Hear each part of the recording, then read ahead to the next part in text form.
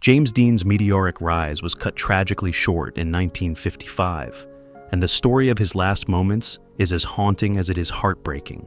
On September 30th, 1955, the 24-year-old actor James Dean was killed in a car accident en route to a sports car race in Salinas, California. At the time, Dean was one of Hollywood's brightest new stars, often compared to Marlon Brando for his raw talent and rebellious charisma. His shocking death not only stunned fans and co-stars, it instantly transformed him into a mythic figure. In the aftermath, Dean became a lasting symbol of youthful rebellion, and even decades later, his image persists on posters and in pop culture, known to many who haven't even seen his films. What really happened in James Dean's final days, and what clues did he leave behind? Life leading up to their passing. In the months leading up to his death, James Dean was balancing newfound fame with his passion for speed. He had recently rocketed to stardom with his first film, East of Eden, 1955, and he quickly followed up by starring in Rebel Without a Cause and filming The Epic Giant. In fact, Dean had just finished filming Giant in late September 1955, literally days before his death. During production, Warner Brothers Studios had forbidden Dean from participating in any auto races to keep him safe. This ban had been frustrating for Dean, who was a true motorsport enthusiast. He had started racing sports cars earlier that year, winning some amateur events and earning a reputation as a skilled, if daring, driver. By mid-September, with Giant wrapped and the studio's restriction lifted, Dean was eager to return to the track.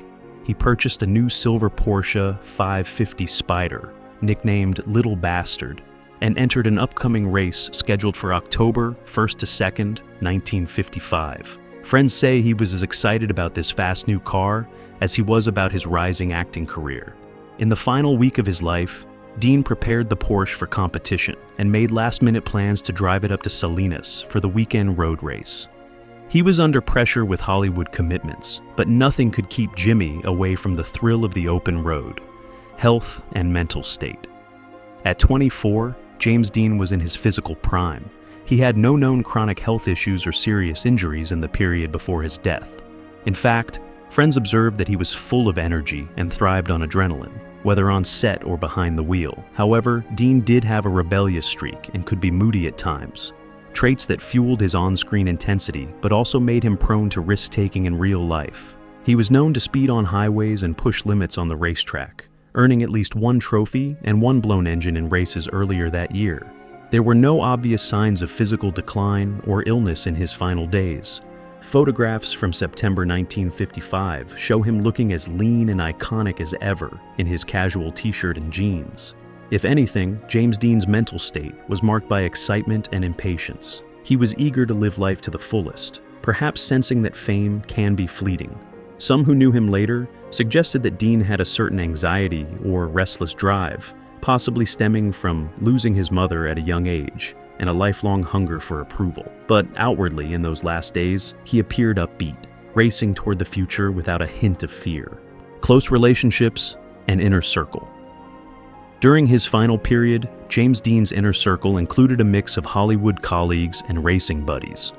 On the film side, he had just worked closely with greats like Elizabeth Taylor and Rock Hudson, his co-stars in Giant, and director George Stevens, all of whom recognized his extraordinary talent. In private, Dean was a bit of a loner, but he did have loyal friends who shared his interests. One such friend was Bill Hickman, a stunt driver and fellow car enthusiast, who became Dean's driving partner. Hickman nicknamed him Little Bastard affectionately, a moniker Dean even painted on his Porsche. Another key figure was Rolf Wütherich, a German Porsche factory-trained mechanic. Wütherich was Dean's mechanic and friend, and in late September 1955, he was helping tune the Spyder for the race. Both Hickman and Wütherich were with Dean on his final journey to Salinas. Hickman followed in a station wagon, while Wütherich rode in the passenger seat of Dean's Porsche. Warner Brothers executives like Jack L. Warner also loomed large in Dean's life, trying to manage the young star's career and risky hobbies. It's said that Jack Warner once called Dean a little bastard for defying orders, which Dean cheekily embraced as his car's name. Despite studio warnings, Dean's independent spirit often prevailed. Friends later recalled that in Dean's last days, he was uncharacteristically relaxed and optimistic.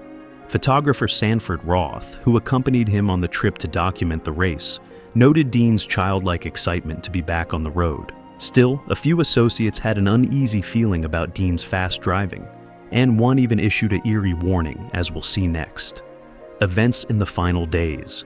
In the week leading up to his death, James Dean experienced a mix of mundane moments and uncanny foreshadowing.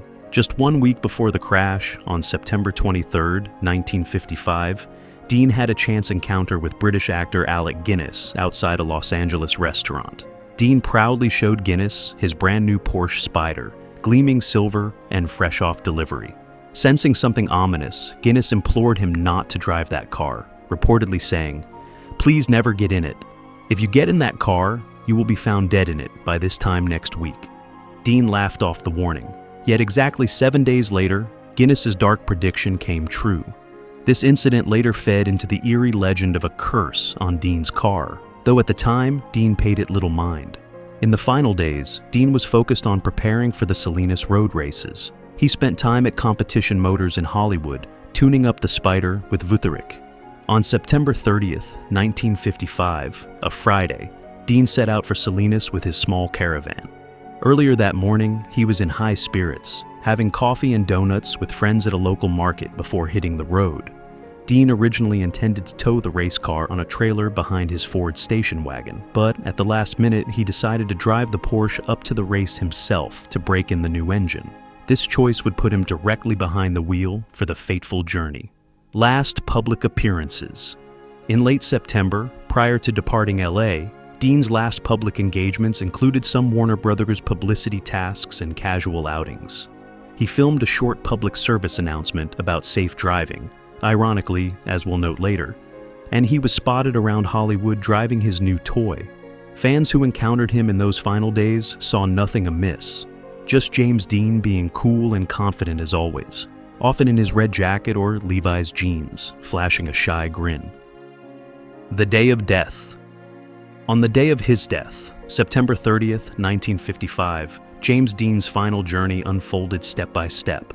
Around 1:15 p.m., Dean and Rolf Wütherich left Hollywood, driving the Porsche 550 Spyder north, while Bill Hickman and photographer Sanford Roth followed in the Ford station wagon. The group stopped at a gas station in Los Angeles' San Fernando Valley around 2 p.m. to fuel up. As they cruised onto Highway 99 and headed towards Central California, Dean, ever the speed lover, pushed the limits. At 3:30 p.m., he was pulled over by the California Highway Patrol near Bakersfield for driving 65 miles per hour in a 55 zone, earning a speeding ticket that he stuffed in his pocket. Undeterred, he continued the trip, taking a known shortcut through country roads to avoid traffic. In the late afternoon, Dean's convoy reached a roadside rest stop called Blackwell's Corner. There, around 4:45 p.m., they paused for snacks and refreshments. Dean bought an apple and a Coke, chatting with fellow racers Lance Reventlow and Bruce Kessler, who just happened to stop there too. They joked about the upcoming races and agreed to meet for dinner in Paso Robles later that evening. At approximately 5:15 p.m., James Dean got back behind the wheel and departed Blackwell's Corner, heading west on U.S. Route 466, now Highway 46, toward Paso Robles. Eager to make up time, he left Hickman's station wagon far behind on the open highway. About a half hour later, as dusk neared, Dean's Porsche crested a small hill at high speed near the junction of highways 466 and 41, close to the tiny village of Cholame. At around 5:45 p.m., a black and white 1950 Ford Tudor coupe driven by 23-year-old Donald Turnupseed was approaching from the opposite direction. Turnupseed, a college student on his way home, began to make a left turn onto Route 41, crossing the center line of the highway. In an instant, he turned directly into the path of Dean's oncoming Porsche. Dean, an experienced racer, instinctively tried a last-second racing maneuver, a quick swerve to sidestep the Ford. But it was too late, and there was no room. At high speed, the two cars collided almost head-on with a tremendous impact. The much lighter Porsche was sent cartwheeling and flying off the road, landing in a crumpled heap on the roadside shoulder, while the heavier Ford spun down the highway badly damaged. The scene was chaotic, but bystanders immediately rushed to help. Several passing motorists stopped, including a woman with nursing experience who ran to Dean's side. She found him trapped in the wreckage of the crushed Spyder, badly injured and barely clinging to life. She detected only a weak pulse in his neck. Wütherich had been thrown clear of the car onto the highway, moaning in pain from a broken jaw and hip. Turnupseed, the other driver, stumbled out of his wrecked Ford with minor injuries, just cuts and bruises, and shock. Within minutes, an ambulance arrived from the nearby town. Rescuers extricated James Dean from the tangled metal. His left foot had been mangled between the clutch and brake pedals, and he was unconscious, barely breathing. Bill Hickman and Sanford Roth, arriving about 10 minutes after the crash, were horrified to find their friend fatally injured. Hickman reportedly cradled Dean in his arms, speaking to him in despair. Dean was placed into the ambulance along with the severely injured Wütherich, and they sped off to Paso Robles War Memorial Hospital, roughly 28 miles away. Tragically, James Dean could not be saved. He was pronounced dead on arrival at the hospital at 6:20 p.m. by the emergency room physician. The cause of death, as recorded on his death certificate, was a broken neck along with multiple severe injuries. Virtually every major bone was broken, and the trauma was unsurvivable. It's believed that Dean died almost instantly from the impact, likely at the moment of the crash or shortly thereafter.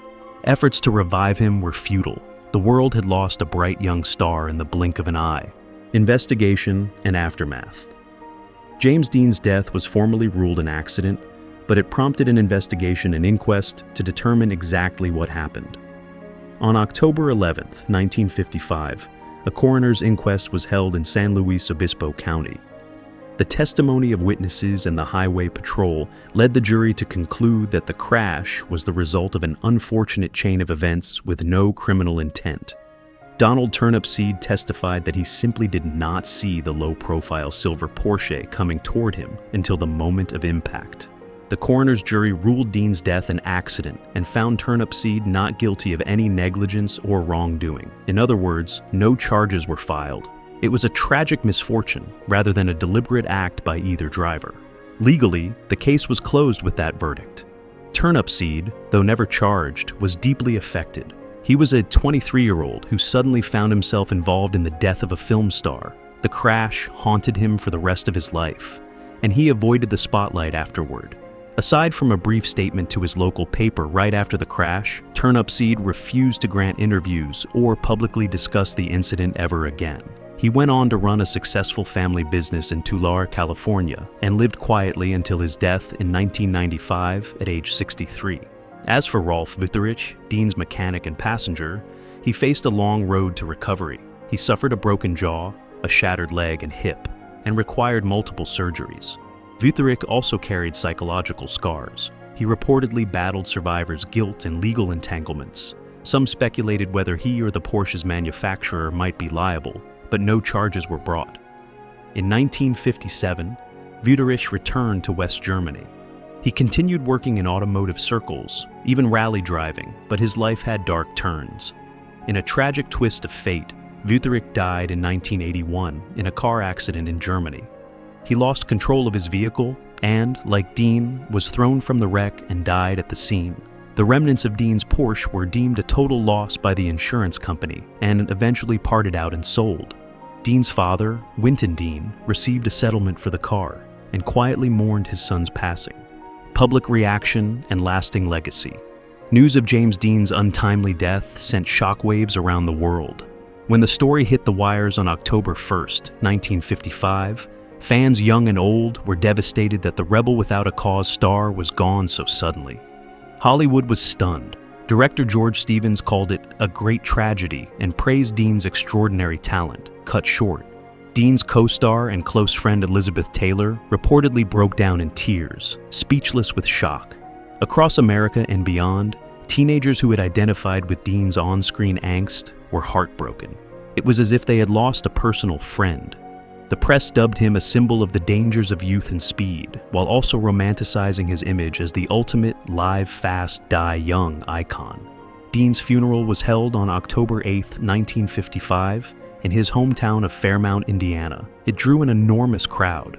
About 600 mourners packed into the small Quaker church, including family and friends, while an estimated 2,400 fans gathered outside to pay their respects.